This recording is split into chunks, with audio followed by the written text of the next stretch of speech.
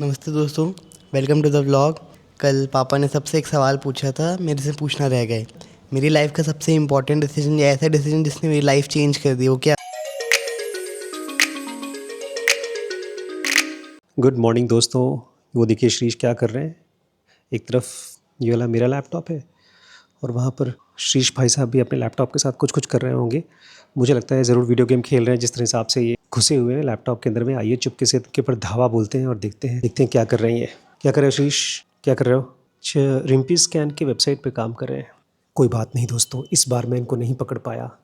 अक्सर मुझे डाउट होता है ये पढ़ाई के समय या तो कोई वीडियो गेम खेल रहे होते हैं या तो ये कोई फिल्म देख रहे होते हैं, लेकिन इस बार मैं हार गया। मतलब इस बार मैं इनको छापा मार के पकड़ नहीं पाया। मुझे पहले समझ आना चाहिए, अगर ये शाम को सुबह यहाँ नीचे बैठे हैं इस रूम में, ये हमारा खाना खाने की जगह है, ये डाइनिंग हॉल है दोस्तों, इसका मतलब कुछ न कुछ काम धाम नहीं कर रहे हैं। ये अगर ऊपर कमरे में होते हैं तब ये फिल्म देखते हैं। मैं आपको वो जगह दिखाऊंगा बाद में, बट फ़िलहाल मैंने इनसे वो क्वेश्चन पूछना भूल गया था जो मैंने बाकी लोगों से पूछा है। आपने दोस्तों कमेंट नहीं किया अभी तक यार। पिछले वाले वीडियो पे मैंने एक्सपेक्ट किया था कि आप लोग कमेंट करके बताएंगे कौन सी वो सबसे इम्पॉर्टेंट डिसीजन थी आपकी लाइफ की, या वो कौन सी सबसे बड़ी इवेंट थी आपकी लाइफ में जिसने सब कुछ बदल दिया।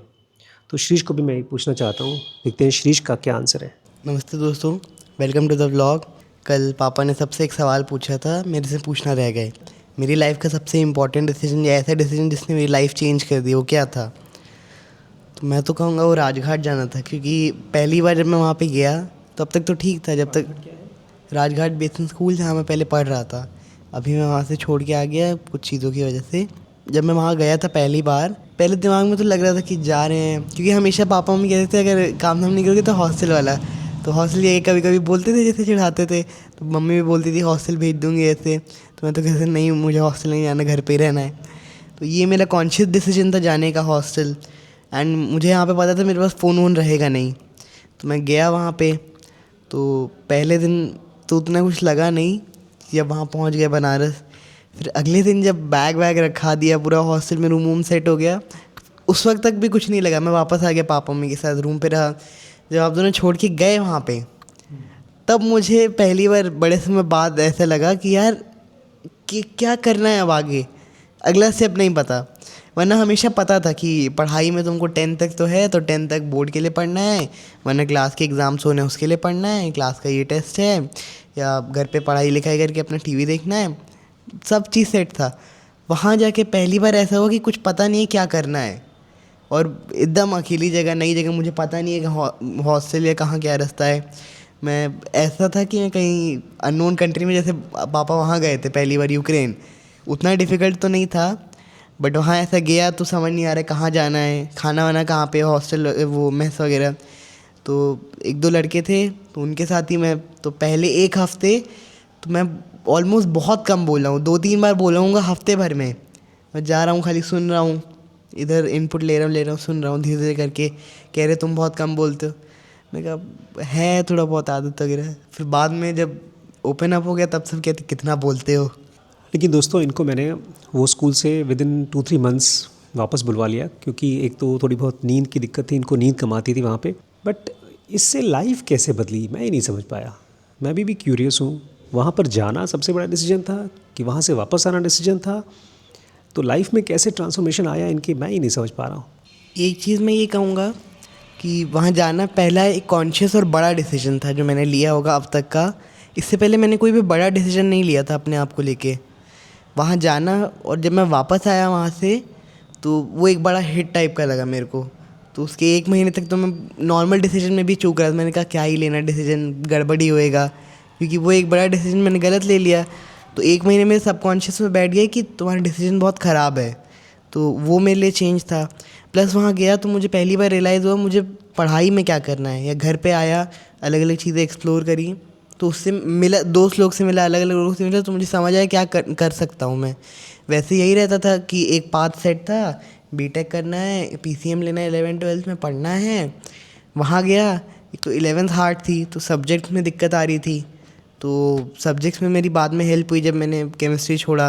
मुझे ऐसा लगा कि ये भी कर सकता हूँ, मैं केमिस्ट्री छोड़ सकता हूँ। तब जब बीएससी लिया तो मुझे वो वाली फीलिंग आई जो रैंचो को वहाँ पे आई थी 3 इडियट्स में, जब वो कॉलेज में होता है, कहते हैं व्हाई आर यू स्माइलिंग, कहते हैं सर बड़ा अच्छा लग रहा है, बस बैठा हूँ। तो बिजनेस स्टडीज़ या बाकी अलग अलग सब्जेक्ट जब पढ़ता था तो अच्छा लगता था बड़े समय बाद। ऐसे नहीं लगता था कि एग्ज़ाम की वजह से कोई कह रहा है, पढ़ना है, टीचर लोग कह रहे हैं। तो इसका मतलब है दोस्तों, वो डिसीजंस, किसी का फ़ोन आया है, डॉक्टर साहब का फ़ोन आया है दोस्तों। आरएमपी। सर मैं एक लड़की को भेज रही हूँ। हम्म मेरे रूम में ड्रॉअर में ना एक वो पिंक कलर की चादर ड्रॉअर में रखी है, और हम्म एक वो छोटे कुशन का कवर। मैं हम्म आऊँ क्या है, आप निकाल के दे दोगे उसे? ऊपर छत पे है कि नीचे? सर नीचे जहाँ हम लेटते हैं, हाँ हाँ हाँ, चादर चाहिए और एक पिंक कलर की हाफ चादर है, सिंगल, ठीक है लाइट ठीक है पिंक सी। ठीक है ठीक है और एक कुशन का जो कवर होता है हरे रंग का है, और एक और है, कोई सा भी दे देना एक। ठीक है ठीक है। ठीक है ठीक ठीक ठीक। डॉक्टर साहब ने सेंटर से फ़ोन किया था, उनको एक पिंक कलर की चादर और हरे रंग का तकिए का गिलाफ देना है मम्मी को। चलो निकालो। मम्मी ने बोला है जिस तरफ वो सोती हैं उस तरफ पड़ा हुआ है। ये है, ये तो हो गया तकिए का गिलाफ ग्रीन कलर का, और एक सिंगल चादर चाहिए। ये डबल बेड का चादर है। सिंगल चादर ये नहीं है, इसी ड्रॉर में, ऊपर वाले में देखो, ये तो तौलिए हैं। इसके बीच में सिंगल चादर कौन सा है? तो सिंगल चादर तो दिखी नहीं, तो के कंबल तकिए।